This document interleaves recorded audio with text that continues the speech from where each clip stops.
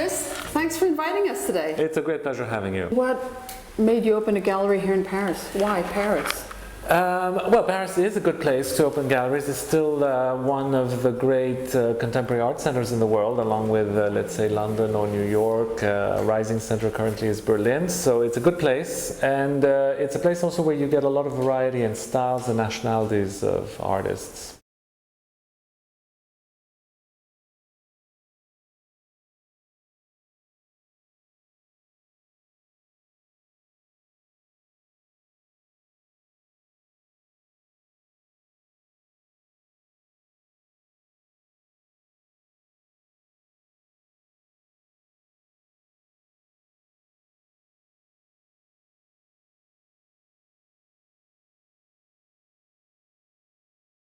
How many artists do you have when you run a gallery usually? Is there a minimum number of artists? There is. It's a good question.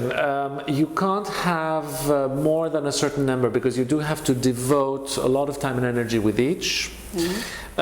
Artists, to some degree, as you probably know or have guessed, are a little bit like actors. You know, you're dealing with a certain number of prima donnas, so you always have to be a little careful not to treat one more as being more important perhaps than another.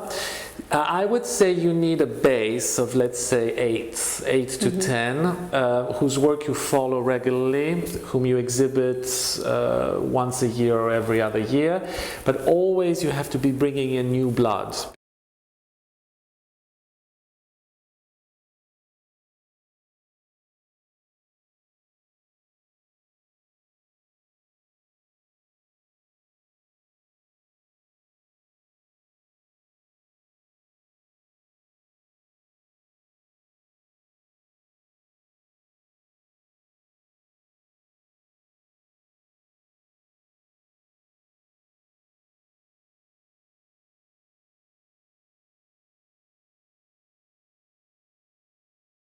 What do you look for in an artist?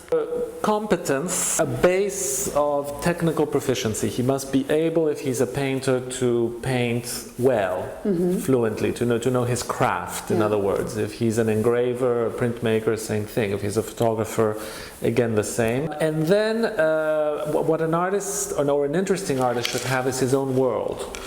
A particular vision of the world, of people around him, of himself, a sensibility that is his own, as it were, poetic world that is unique to him and isn't simply the imitation of somebody else's.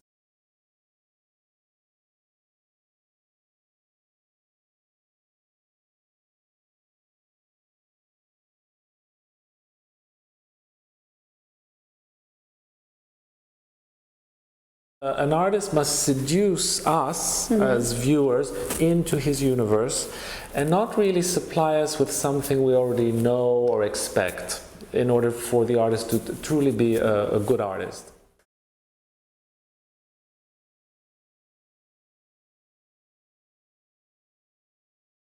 Thanks, Chris, for inviting us over today. It was a great pleasure, Anita, and I hope you come again soon. We sure will.